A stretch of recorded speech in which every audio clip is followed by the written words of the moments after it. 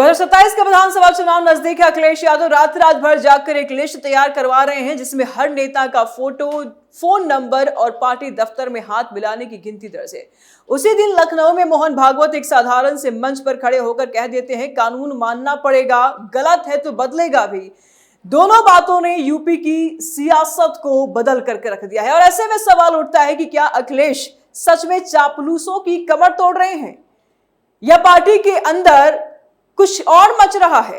और भागवत का एक शब्द विपक्ष को क्यों इतना बौखला रहा है कि वे अब सड़कों पर उतरने की बजाय चुप्पी साधने को मजबूर हो रहे हैं।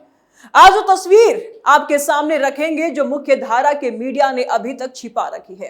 तैयार हो जाइए, अंत में बड़ा मजा आने वाला है क्योंकि ये कहानी सिर्फ टिकट और बयान की नहीं, यूपी की सत्ता और समाज की आत्मा की। नमस्कार, मैं हूं निश्चित दुबे, आप देख रहे कैपिटल टीवी।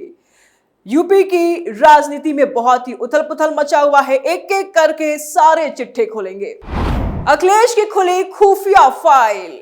समाजवादी पार्टी के मुख्यालय में इन दिनों एक चुप्पी छाई हुई है, लेकिन वो चुप्पी तूफान से पहले वाली है। अखिलेश यादव ने अपने सबसे भरोसेमंद लोगों की टीम बनाई है जो पूरे प्रदेश से डेटा जुटा रही है। हर जिले की पार्टी दफ्तर में लगे सीसीटीवी, कार्यकर्ताओं के फोन लोकेशन, फेसबुक, इंस्टाग्राम पर अपलोड फोटोज और सबसे महत्वपूर्ण, कितनी बार कोई नेता गणेश परिक्रमा करने आया, यानी दफ्तर घूम घूम कर हाथ मिलाया, चाय पिया, सेल्फी ली और वापस चला गया।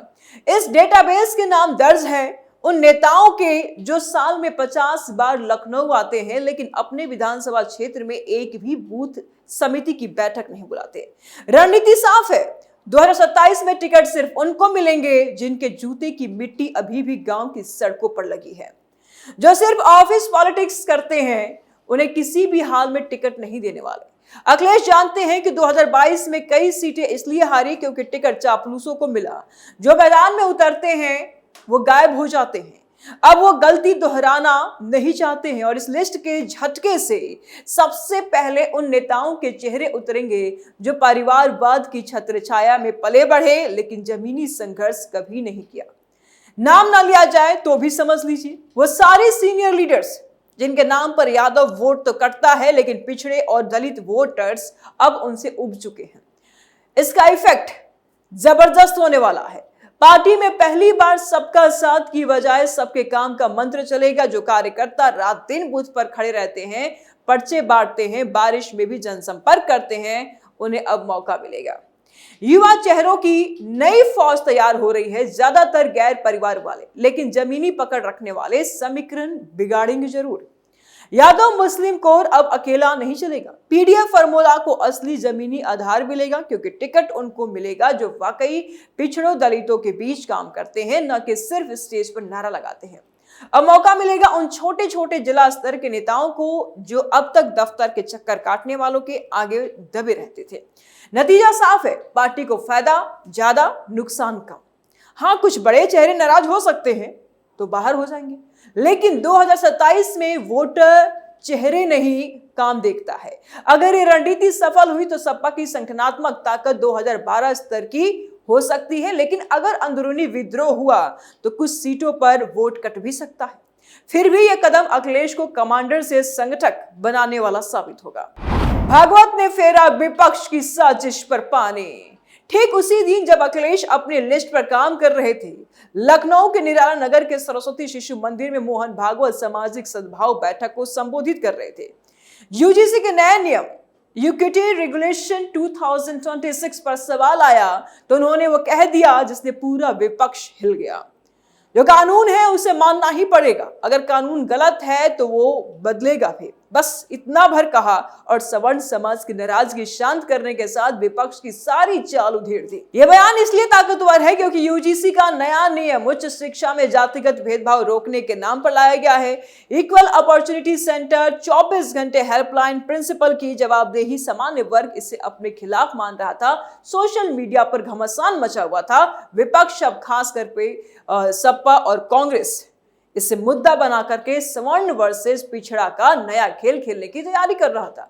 लेकिन भागवत ने एक झटके में कहा, कानून का सम्मान करो, कानून का सम्मान करो, गलती हो तो संवैधानिक रास्ता से बदलो, सड़क पर आग मत लगाओ, जातियां झगड़े का कारण नहीं बननी चाहिए।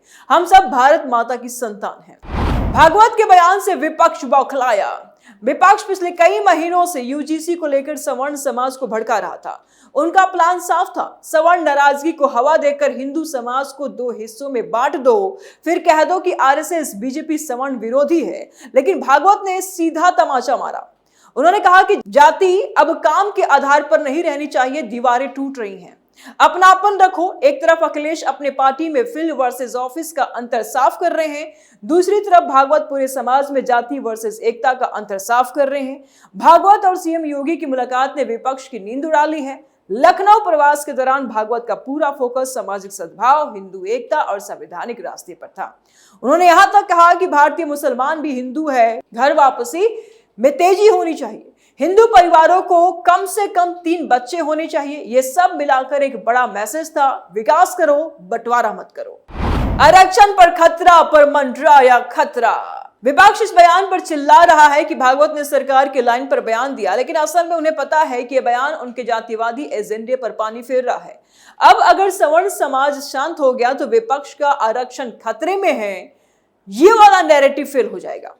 युवा पीढ़ी देख रही है कि आरएसएस प्रमुख खुद कह रहे हैं कानून गलत हो तो बदलो, लेकिन कानून तोड़ो मत। जाहिर है इससे विपक्ष पर नेगेटिव असर पड़ेगा और उनके पास अब कोई ठोस मुद्दा नहीं बचा। सड़क पर उतरे तो लोग पूछेंगे संवैधानिक रास्ता क्यों नहीं अपनाते। आम जनता में ये दोनों घटनाएं एक साथ मिलकर के जो संदेश दे रही है वो बेहद साफ है। राजनीति अब चेहरों और चापलूसी की नहीं, मेहनत और कमिटमेंट की होगी। अखिलेश अगर सच में जमीनी कार्यकर्ताओं को आगे लाएंगे तो पार्टी मजबूत होगी। भागवत अगर जाति को झगड़े का कारण नहीं मानते तो समाज भी आगे बढ़ेगा।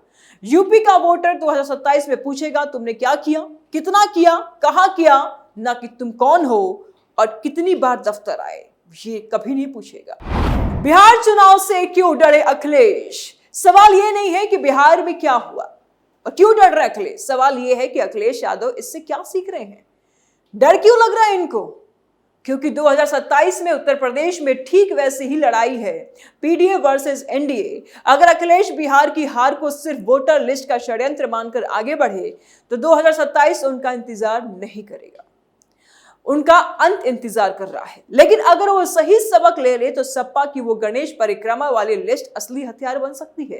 क्योंकि बिहार ने जो आईना दिखाया है वो यूपी के लिए 2027 का सबसे सटीक ब्लूप्रिंट है। बिहार में आरजेडी ने 35% से ज्यादा टिकट यादव को दिए। नतीजा साफ, यादव तो साथ रहे, लेकिन कुर्मी, कोयरी, तेली, मलाह, निषाद, बिंद जैसे ईबीसी 36% जिनकी आबादी है वो पूरी तरह से एनडीए के पास चले गए। महादलित और पासवान भी चिराग नीतीश के साथ दिखे। एनडीए ने कोलिशंस ऑफ एक्सट्रीम्स बनाया, ऊपरी जातियां प्लस सबसे निचले पिछड़े प्लस दलित। आरजेडी महागठबंधन सिर्फ एमवाई पर ही सिमट के रह गई। तेजस्वी से अखिलेश लेंगे मूल मंत्र। अखिलेश ध्यान से सुनिए, यूपी में यादव 9% है, मुस्लिम 19% है, पीडीए में पिछड़ा और दलित जोड़कर भी आप 40 से 42% के आसपास ही ठहरते हैं। लेकिन कुर्मी, लोध, गुर्जर, जाट, राजभर, मौर्य, सैनी, कश्यप जैसे छोटे छोटे पिछड़े, ये 25 से 28% आबादी है इनकी। 2022 में इन्हें आपने आंशिक रूप से जोड़ा, लेकिन 2024 लोकसभा में भी कुछ सीटों पर ये टूट गए।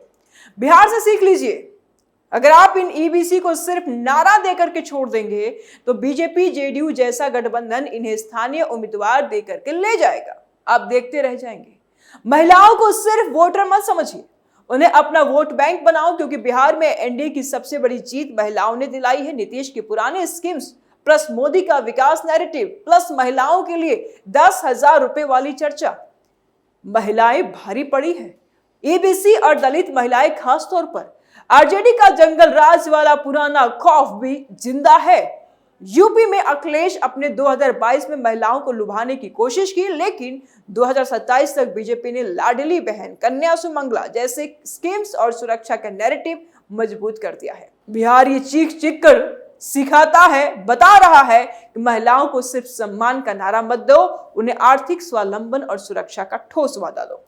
आपकी पार्टी में महिला कार्यकर्ताओं को ज्यादा टिकट दो, महिला मोर्चा को असली ताकत दो।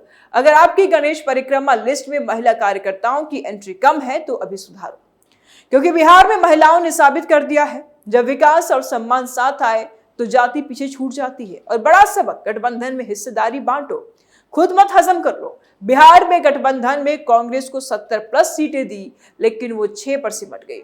आरजेडी ने खुद को बड़ा मानकर छोटे साथियों को नजरअंदाज किया। एनडीए ने उल्टा किया, जेडीयू को 85, बीजेपी को 89, चिराग को 19, हर किसी को उसकी हैसियत के हिसाब से हिस्सा दिया। अखिलेश को यहां से भी सीखने की जरूरत पड़ेगी। 2027 का असली मैच से अखिलेश आउट। अखिलेश यादव अगर अपनी गणेश परिक्रमा लिस्ट को ईमानदारी से लागू करते हैं तो सपा में नई खून की लहर दौड़ेगी, लेकिन अगर ये सिर्फ दिखावा हुआ तो पार्टी और बिखर जाएगी। वही मोहन भागवत का बयान विपक्ष की जाति आधारित साजिश को करारा जवाब है। उन्होंने साबित कर दिया है कि आरएसएस न तो विसवर्ण विरोधी है, न ही पिछड़ा विरोधी, वो सिर्फ भारत विरोधी ताकतों का विरोधी है। 2027 में यूपी का फैसला इन 2 बातों पर होगा। एक तरफ अखिलेश की जमीनी रणनीति, दूसरी तरफ भागवत का सद्भाव का मैसेज। जो पक्ष मेहनत और एकता पर चलेगा वही जीतेगा, बाकी सब गणेश परिक्रमा करते रह जाएंगे। अब देखना यह है कि अखिलेश कितने चापलूसों को बाहर करते हैं और विपक्ष भागवत के बयान का जवाब देने के लिए क्या नया नाटक रचता है। लेकिन एक बात तय है, यूपी अब पुरानी राजनीति से नहीं चलेगी। नया दौर शुरू हो चुका है, काम का, कमिटमेंट का और सबसे ऊपर एकता का। स्पेशल स्टोरी में फिलहाल इतना ही। आगे के अपडेट के लिए देखते रहिए कैपिटल टीवी। नमस्कार।